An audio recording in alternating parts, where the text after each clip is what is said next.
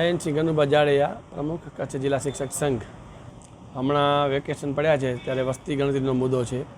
વસ્તી ગણતરી ચાલુ કરવામાં આવે છે તેની પહેલાં તાલીમ છે અને એ તાલીમમાં ઓચિંતા શિક્ષકોને ઓર્ડર આવે છે અને સીધું હાજર થવાનું કહેવામાં આવે છે. તો શિક્ષકો બધા વતનમાં છે એટલે અમે રજૂઆત કરી હતી કે ભાઈ સમય આપવામાં આવે અને 2 દિવસનો ગેપ હોય તો હાજર રહી શકે. બીજો મુદ્દો એ પણ છે એમાં કે બીએલઓને વળી પાછા ઓર્ડર આવે છે તો બીએલઓના ઓર્ડર ખરેખર એણે ઘણી બધી કામગીરી કરી છે, એના ઓર્ડર ન થવા જોઈએ.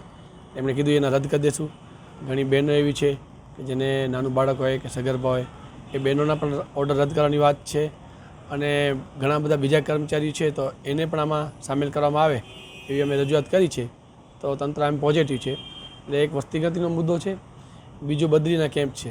જિલ્લા ફેરના કેમ્પ થઈ રહ્યા છે ત્યારે આંતરિક તાલુકા ફેર અને હેડ ટેટની બદલીના કેમ્પ એ પણ ખુલતા વેકેશન સુધીમાં કરવામાં આવે તો વેકેશન દરમિયાન શિક્ષકો પોતાની રીતે સેટ થઈ શકે.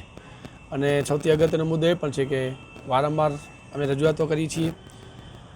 બધી જ કામગીરી જ્યારે ઓનલાઈન કરવામાં આવે છે ત્યારે પગાર પણ ઓનલાઈન પ્રક્રિયા કરી અને પહેલી તારીખના જ થાય એવું બધા જ ઈચ્છે છે. બીજા વર્ગોમાં જેમ તલાટી હોય, આર્મી હોય, પોલીસ છે એને પહેલી તારીખના પગાર મળી જાય તો શિક્ષકોને પણ પહેલી તારીખના જ પગાર થઈ જાય એવી અમારી માંગણી છે. અને ઓનલાઈન કામગીરીનું થોડુંક ભારણ ઓછું કરવામાં આવે, જેટલી જરૂરી છે એ જ માહિતી માંગવામાં આવે અને વેકેશન દરમિયાન શિક્ષકોને ડિસ્ટર્બ ન કરવામાં આવે એવી અમારી રજૂઆત છે. એ અમે ઉપર પણ કરી છે રાજ્ય કક્ષાએ અને એનો કંઈ રસ્તો નીકળશે.